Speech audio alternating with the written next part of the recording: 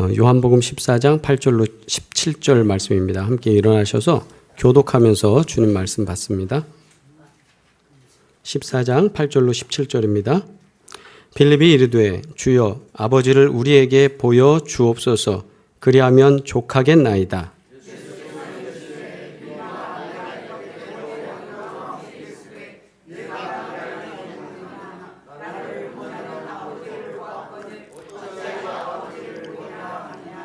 내가 아버지 안에 거하고 아버지는 내 안에 계신 것을 네가 믿지 아니하느냐?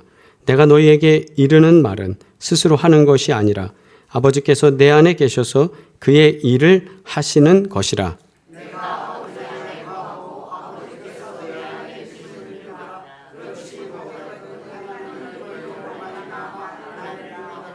내가 진실로 진실로 너희에게 이르노니 나를 믿는 자는 내가 하는 일을 그도 할 것이요 또한 그보다 큰 일도 하리니 이는 내가 아버지께로 감이라.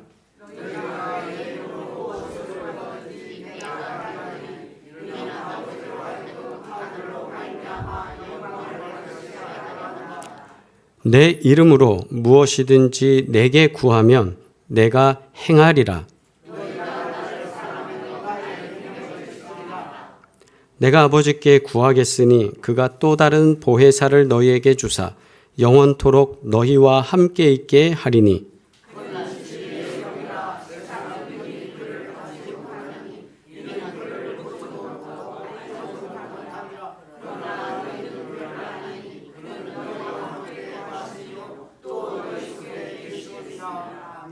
아멘. 우리 서로 인사합니다. 복되시길 바랍니다. 네.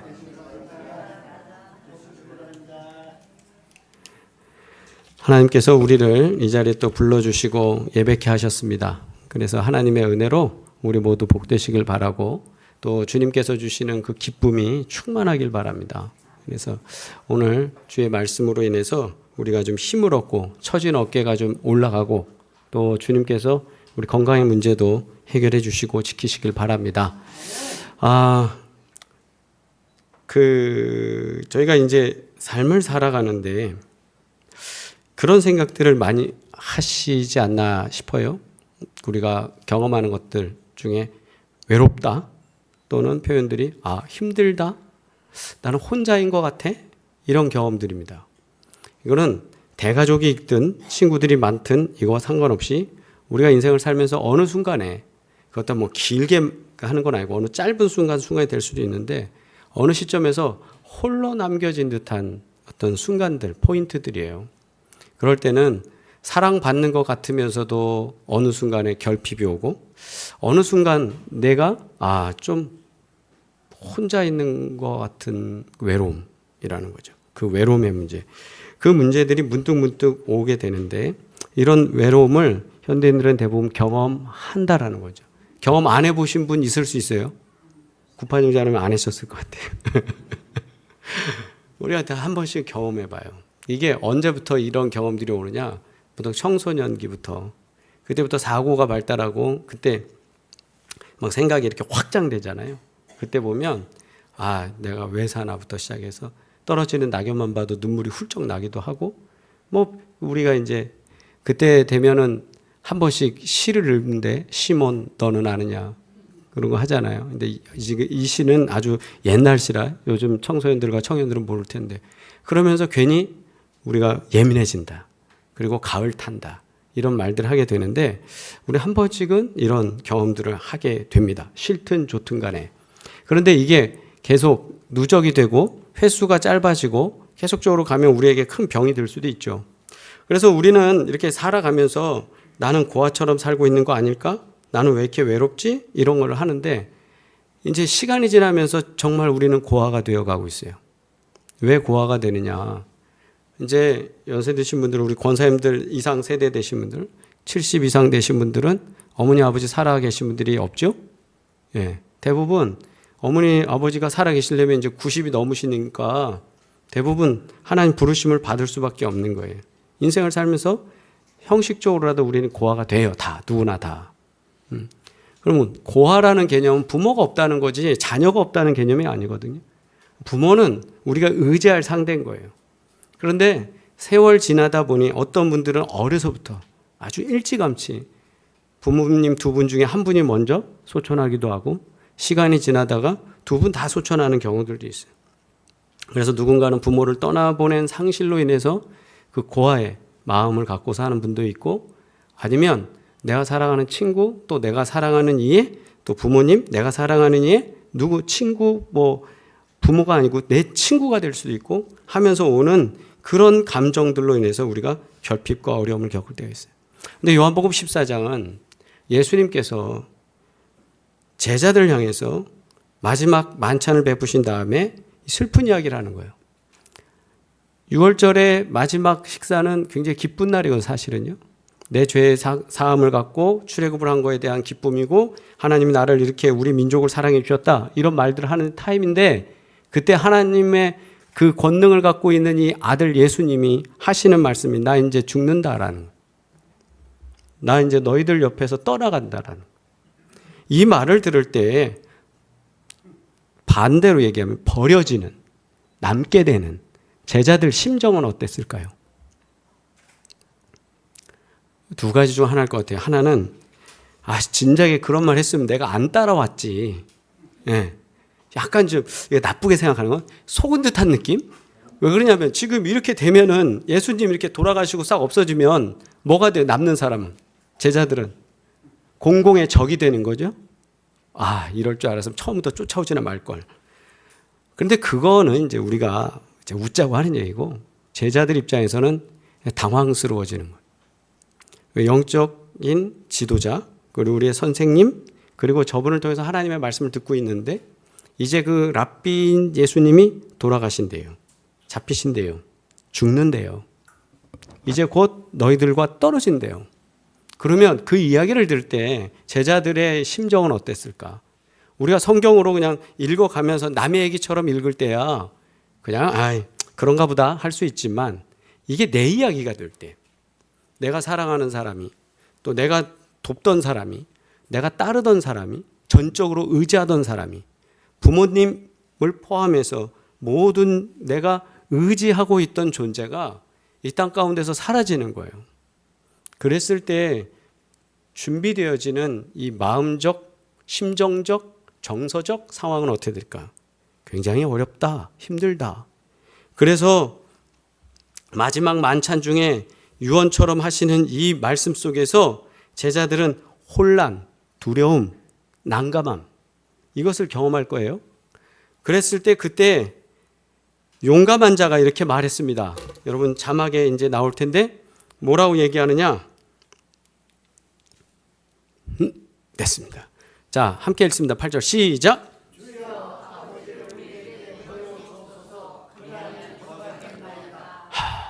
그러면 족하겠나이다. 빌립이 예수님께 말씀드리는 거예요. 이거는 우리가 신앙생활 하다가 나 하나님 한 번만 봤으면 좋겠다, 이런 거 다 가지고 계시죠? 예, 다 있는 거예요, 다. 그런데 그 차원을 넘어서는 겁니다. 지금 빌립이 얘기하는 건 뭐냐 하면, 지금 너무 간절해. 주님이 지금 가시면, 헤어지시면, 죽으시면, 돌아가시면 우리는 어떻게 삽니까? 아버지 하나님 좀 보여주십시오. 이 간절함이에요. 간절함 속에 주님께 부탁드리는 거예요. 그랬을 때 주님이 하신 말씀은 나를 본 자가 아버지를 봤다. 이것도 좀 그럼 진작에 말씀하시지. 근데 나를 봤으면 아버지를 본 거야. 근데 처음에 이 말이 그렇게 와닿지는 않았어요. 근데 이제 시간이 지나다 보니 저도 이제 이해가 돼요. 어떤 거냐면, 우리가 영적 DNA 뭐 이렇게 표현하면 좋겠지만, 이 예수님에게 있는 심성과 영성과 그 모든 건 누구의 거예요? 하나님의 거잖아요. 하나님의 것이지. 그러니까 하나님을 이미 제자들은 경험하고 있었음에도 불구하고 그들은 몰랐죠. 그래서 예수님께 그럼 우리는 어떡합니까? 하나님 보여주세요. 그러자 예수님이 오늘 말씀에 16절부터 18절에 나오는 말씀대로 내가 또 다른 보혜사를 너희들에게 보내주마, 이 약속을 하시는 거예요. 그리고 내가 다시 오겠다. 또 다른 보혜사.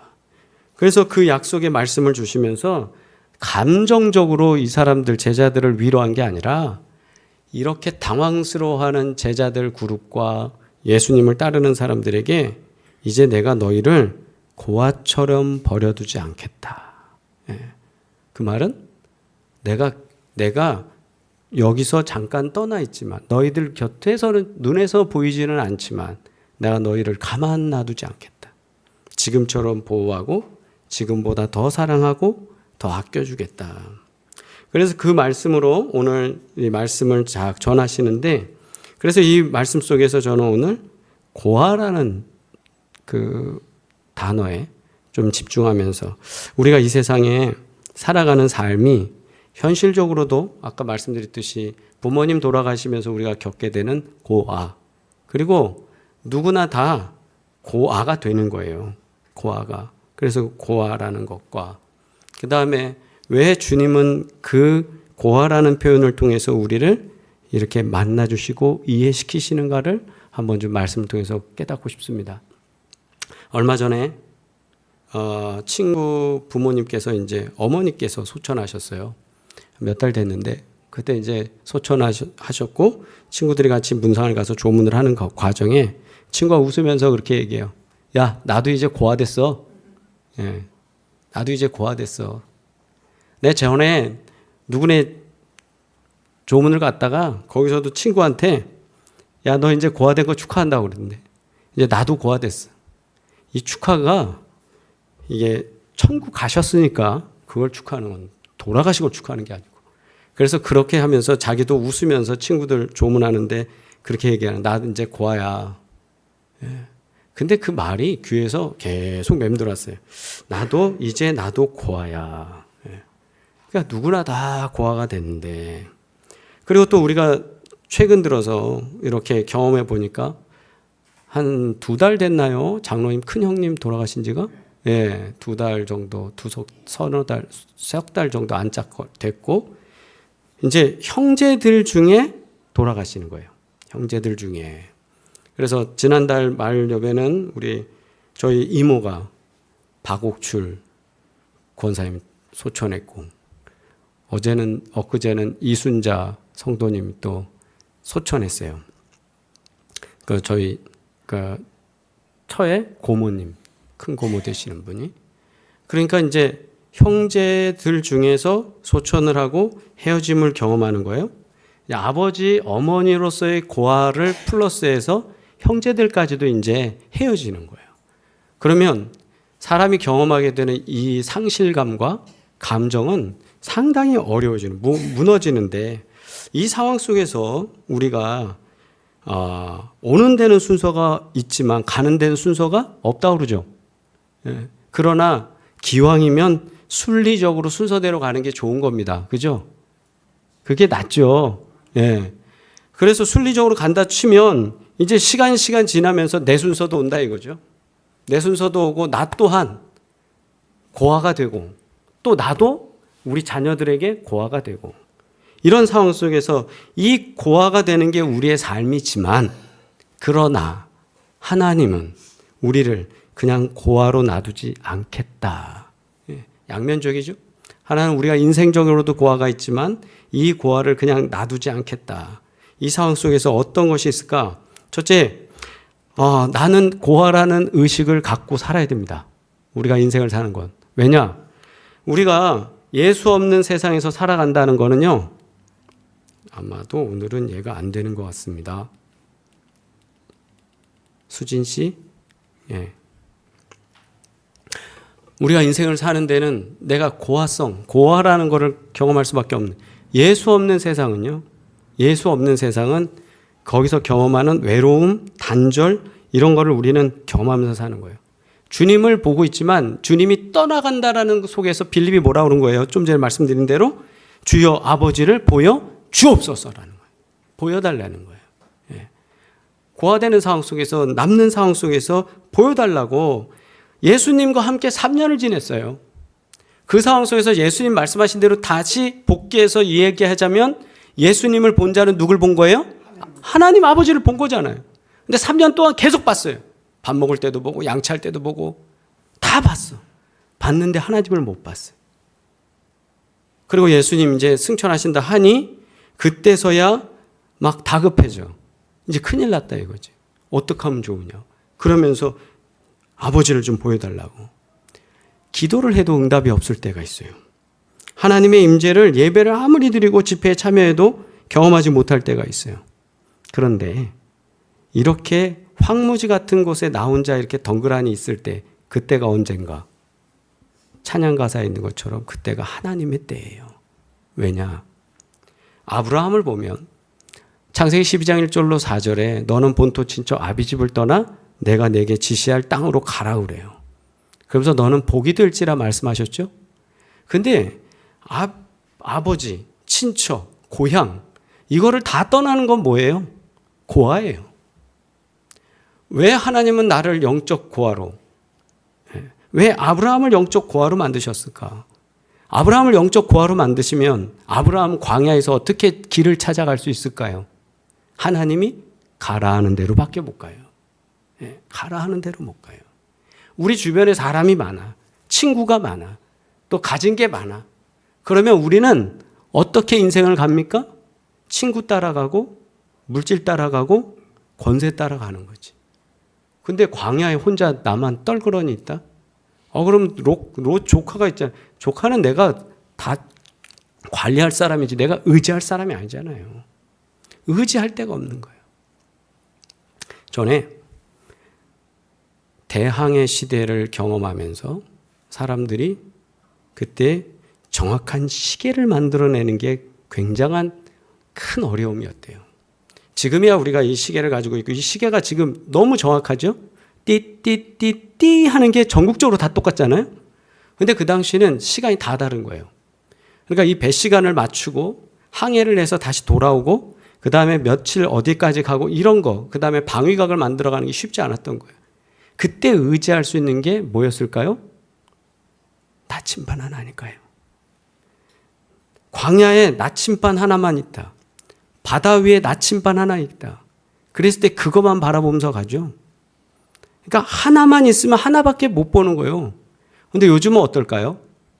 요즘은 최첨단이에요. 비행기가 날아가도요. 그냥 하나만 보는 게 아니에요. GPS로만 보는 게 아니라 GPS 보고 있고 나침반 보고 있고 계속 자기들끼리 주파하면서 심지어 어플을 하나 깔면요. 이 안에 온 동네 비행기들이 다 떠 있는 게 다 보여요. 네. 그래서 제가 이렇게 쫙 올리면 여기에 저 남아공 위에서 돌아다니는 비행기까지 다 나와요. 활주로에 어떤 비행기가 내리고 있는지. 그런 시대가 됐어요.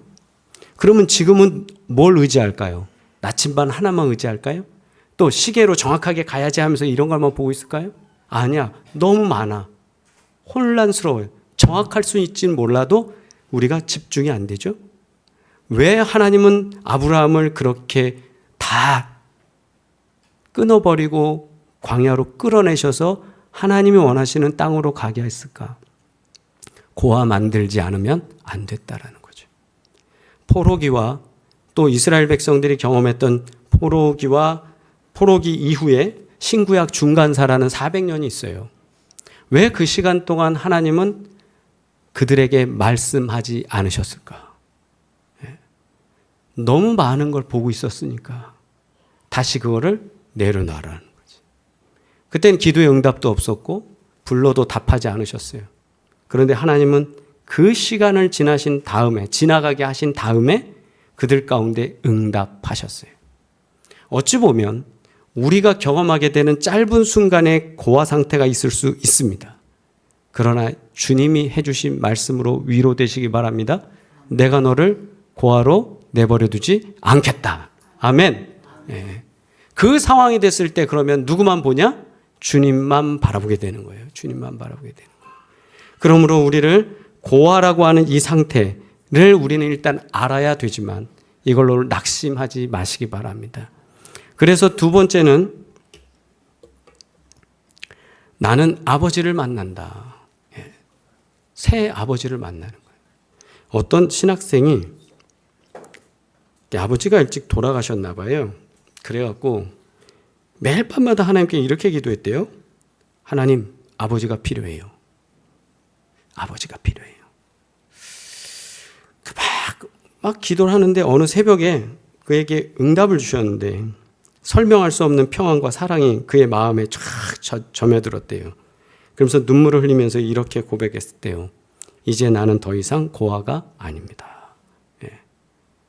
그는 아버지가 필요합니다. 아버지가 필요합니다 하는 게 육신적 아버지를 먼저 찾았는데 하나님이 나와 함께 한다는 그 경험을 새벽 기도 때 누가 말해주는 것도 아닌데 그 기도 속에서 경험하니까 이제 내가 더 이상 고아가 아니구나 경험을 했다는 거예요. 성령님께서 우리와 함께 하신다라고 할 때 16절의 말씀을 보면 내가 아버지께 구하겠노니 그가 또 다른 보혜사를 너희에게 주사 영원토록 너희와 함께 있게 하리니. 아멘. 우리가 잘 아는 말씀이에요. 거기서 보혜사라는 보혜사 성령님 이런데 성령 보혜사 성령이라고 하는데요. 한 페이지 더 넘겨주시면 보혜사라는 건 여러분이 많이 들으셨던 경험이 있을 거예요. 성령이라고 할 때 헬라어로는 파라클레토스라는 말을 쓴대요. 그래서 파라클레토스라는 이 단어 성령이라고 하는 이 단어로 우리가 보혜사 이렇게 하는데 보혜사에는 잘 들어요. 중학생들. 예, 보혜사는 파라라는 게 앞에 붙어요. 파라. 그래서 파라클레토스의 앞에 나오는 건 파라. 그거는 곁에, 옆에. 그 다음에 클레토스에 나오는 칼레오라는 거는 말하다, 호출하다, 부르다라는 뜻이에요. 그래서 이 두 단어가 합쳐지면서 만들어진 게 파라클레토스인데 뭐냐 하면 옆에서 부름받아서 돕는 사람. 그래서 보통 어떻게 이해할 수 있냐면 제가 말을 하면 옆에서 도와주는 사람이에요. 그러니까 좀 심하게 제가 갑질을 한다고 그러면 을이 되는 사람이지. 그래서 제가 갑질하면서 뭘 시키면 여기서 도와주는 사람이에요. 무조건. 이런 존재인데 단어적으로는 그런데 헬라 시대 때, 로마 시대 때 이 단어를 쓰면서 사용되어진 용례가 어떻게 되냐면 파라클레토스라고 할 땐 변호자. 옆에서 법정이나 무슨 문제 있을 때 변호사는 아니고 옆에서 도움을 주는 조력자로서 말을 해주는, 변호해주는 사람. 이 사람을 뭐라 그러냐면 파라클레토스. 예, 보혜사라고 하는 거예요. 그리고 그런 예가 실제적으로 문서에 나와 있습니다. 그래서 파라클레토스가 제가 말을 잘 못하잖아요. 법원에 가면 법원적 이야기 단어를 쓰면서 얘기해야 되니까 법적 용어를 쓸 수 있도록 이 변호자가 있는 거예요.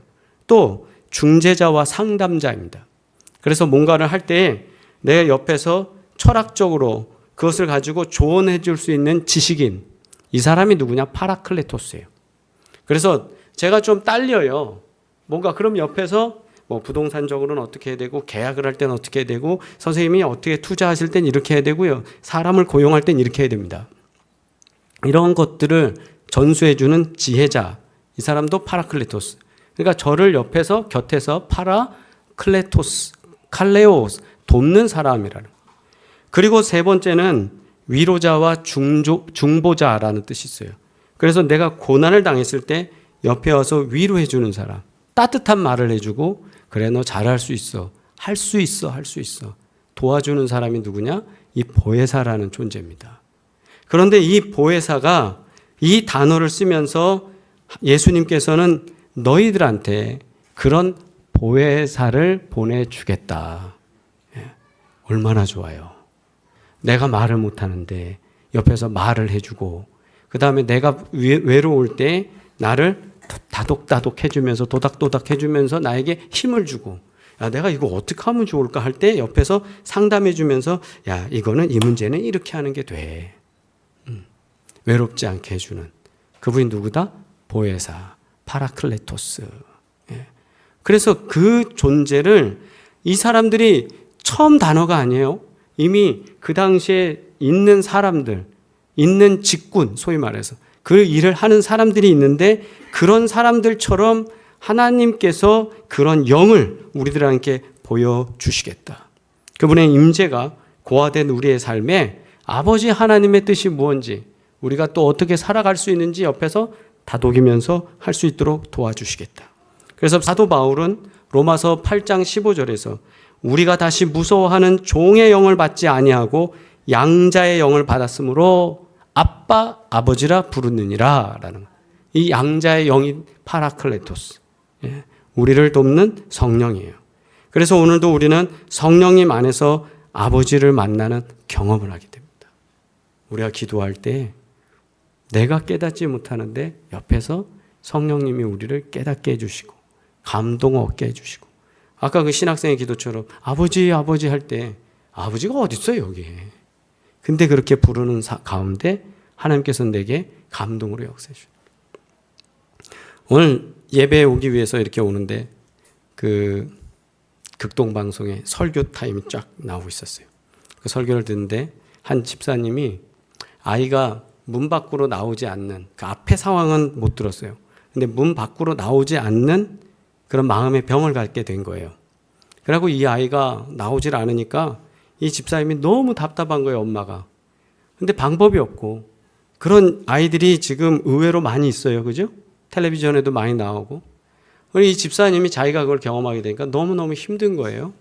그래서 방법이 없으니까 여러 사람들한테 조언을 구했는데, 기도하시는 분들이 다 같이 하는 말은 아무개야 작정하고 새벽 기도하자. 그래갖고는 그 집사님이 평생 처음으로 이제 새벽 기도를 가기 시작했어요. 새벽 기도를 가서 계속 기도하는데 응답이 없어요. 하루 가서 될 것 같으면 뭐 누구나 다 하지. 그죠? 안 돼. 근데 2달이 되어 가는데 계속적으로 기도하는데 마음속에는 아들 고쳐달라고 하는데 하나님 주시는 마음은 내가 너를 사랑한다. 내가 너를 사랑한다. 아, 내가 고쳐달라고 그러고 막 그런, 자꾸 내가 너를 사랑한다. 근데 이 마음으로 계속 오는 거예요. 근데 이 집사님 마음이 먼저 그 사랑으로 충만해지기 시작하는 거예요. 사랑으로. 그래서 와서 저 방 안에 있는 아이를 어떻게 하지 못해. 끌고 나오지도 못해. 근데 계속 아이를 위해서 기도하고 내가 너를 사랑한다는 마음을 가져오니까 이 엄마의 마음이 사랑으로 충만하니까 아이가 아이를 위한 기도와 사랑으로 충만해지는 거예요. 그렇게 6개월이 됐대요. 그런데 아이가 방문을 열었대요. 그리고 엄마한테, 엄마, 나 다시 학교로 돌아갈래. 예. 그랬는데 친구들 때문에 학교로는 안 가고 내가 검정고시를 볼래.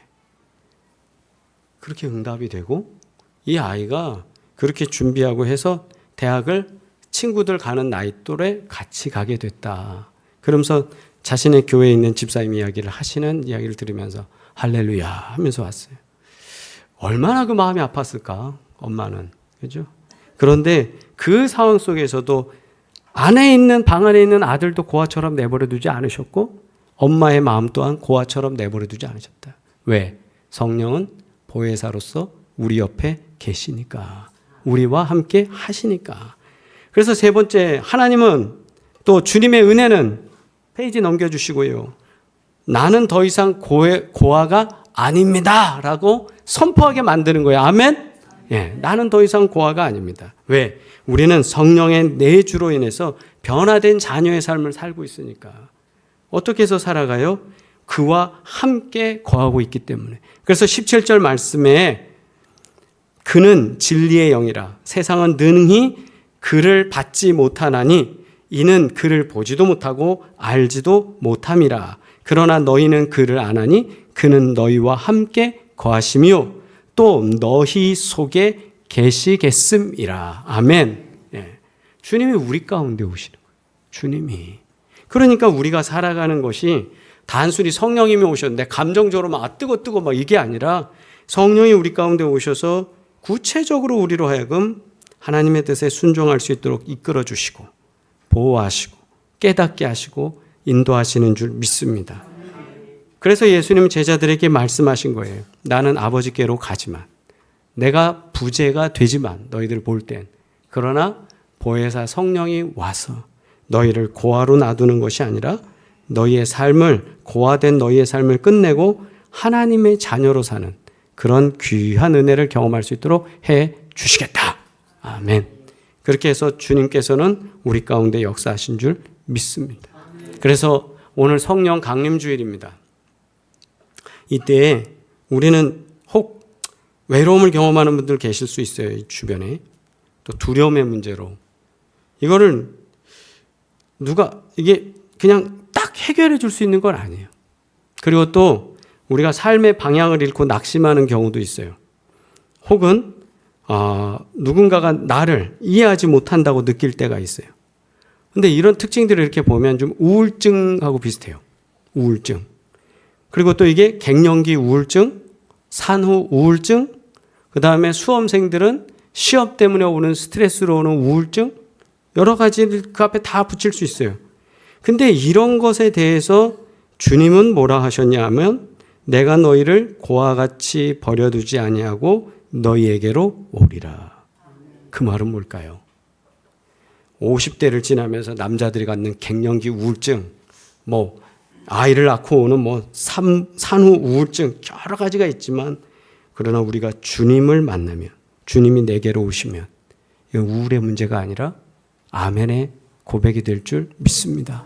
예. 그리고 이제 우리는 이렇게 고백하면 좋겠어요. 나는 고아였지만 인생 속에서 나는 고아였지만 이제 성령님으로 인해 나는 아버지를 만났고 하나님의 자녀로서 나는 이 땅에서 외롭지 않게 살아간다. 네.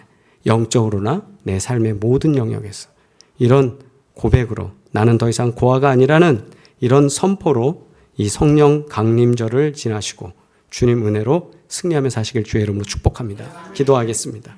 하나님,